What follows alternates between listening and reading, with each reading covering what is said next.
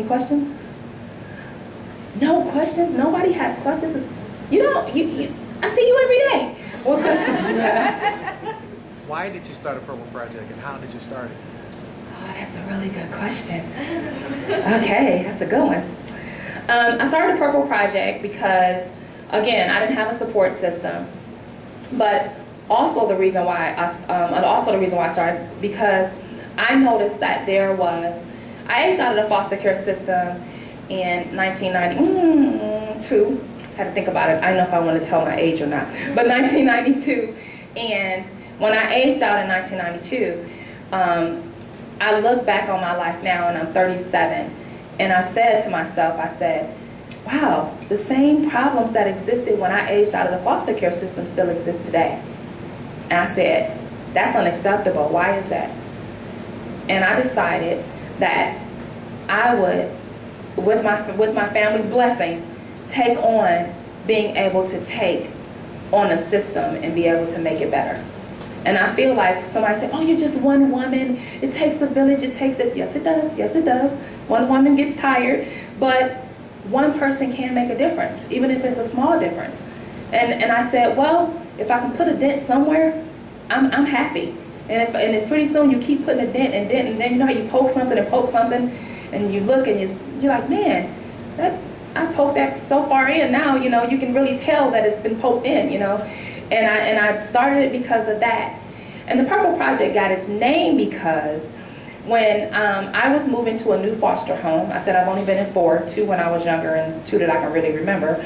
But when I was transitioning to my last home, my foster mom, when I first got there, I had my garbage bag full of all my worldly possessions, and I get to the house, and she tells me, you need to put your stuff in the garage. Here's everything. Now, mind you, I don't know why I'm there.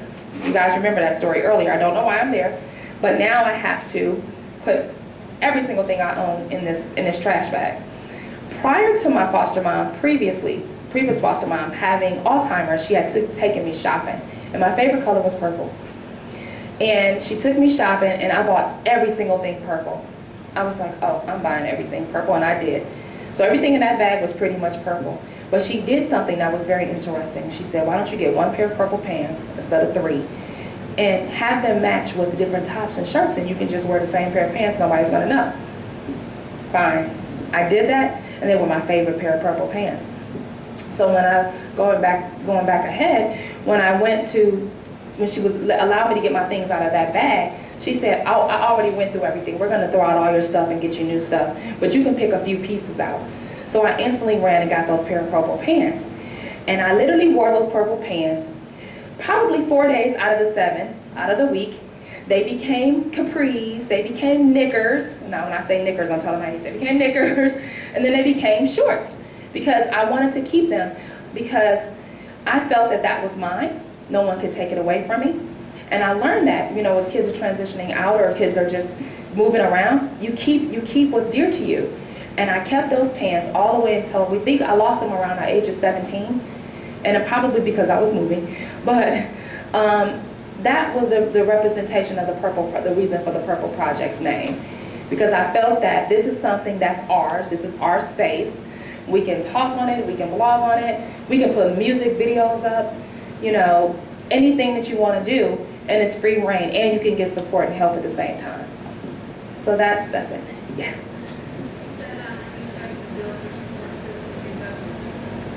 Work in foster care capacity, because one of the biggest problems I see, people leave custody, they don't have support systems, and usually they don't have the trust of so many people let them down. They don't want to build support systems, because that means opening up the party you to trust somebody else. What made you realize that you needed the support system and maybe we could find one? Well, I'm gonna tell you, I'm gonna be real honest with you. I still have trust issues now. At being 37, I do. I just what I did was, once I found out that I had cancer, I entered into a support system, a support group that way, and total strangers, but it was something that interested me. You know, it was something that had to do with me, so I was able to connect with those people and then start realizing that there's more into the world than just myself, and being able to start to talk to different people. And I also have friends. I have a really good friend now, And she became my support system. And I think what I did was allow myself to look around at the people that were around me that did not let me down. And I started to build off of that. And I would take baby steps for new people. There's a new person that's now, we don't know how she got there. She's from New York. And she and I have became really, really good friends. And I've only known her just about a little over a year. And the reason for that is because we took baby steps. She's been in care, I've been in care. And that was our commonality. We were in care. She was in New York, but I was here.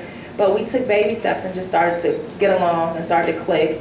And that's how I did it. I took a lot of baby steps at getting to know people and not opening myself up completely all the way, but taking them small steps. And it actually worked out. I have what I call a circle of friends. So, and those are my friends that I keep dear, near, probably know every single thing about me.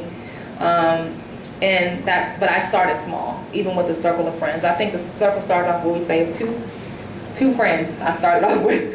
I said, man, I can't do anything. All I got is 2 friends. So that's it. Any more questions? Nobody? I have one. You know how when you said that whenever you had aged out, you didn't have any skills, when you finally realized that you needed life skills, how did you go about getting life skills? Because I've been into several foster homes, at least only 2 of them, besides the group home, have actually sat down and tried to teach me skills. I have very little skills. How did you go about it?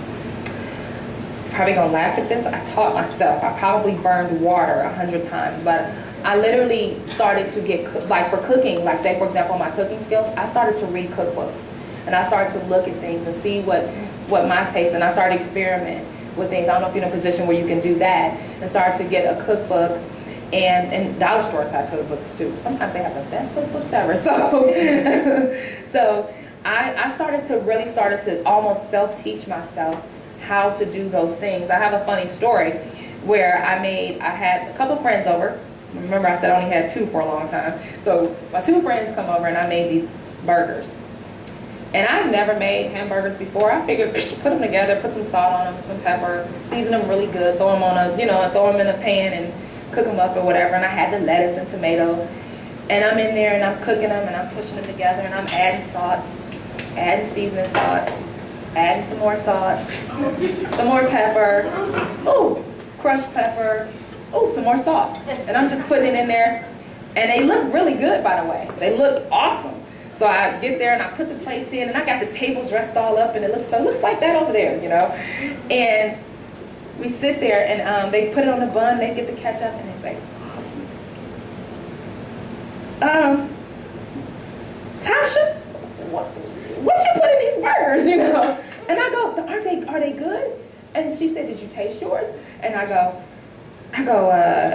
no, let me taste my burger. It looks real good. I can, dress it up. They're sitting waiting on me, by the way. Nobody else is taking a bite of anything else. So I bite in it and I go, oh my gosh, the burger's burned. It wasn't that, and it was that sour, salty, don't know what you're doing type burn. But I look over at one of my friends, Trooper. He's over in the corner like, this is the best burger ever. Because he wanted to make me feel, he said, I'm going to be the only person that's not going to complain about these burgers. Ate the burgers. It wasn't until probably about 15 years later, he says to me, we sit around talking about me not having any skills. And we sitting around and he goes, by the way, you remember when you made them burgers? I'm like, back in 1993? And he goes, yeah. He goes, nastiest burgers you ever want to taste in your life. When you age out in the foster care system, that's the best thing that you can do is make yourself a part of the community in which you reside in. That was one thing that I did when I aged out of the system. And it gave me hope, and it let me know that even though I felt broken and alone, that actually my community was actually there for me. So one of the things that I always tell kids and even adults, when you leave the system, even though the system took care of you and now you're on your own, the best thing that you can do is take all of that negative energy, anything that you feel, and always flip it into a positive. Make the positive choices in your life.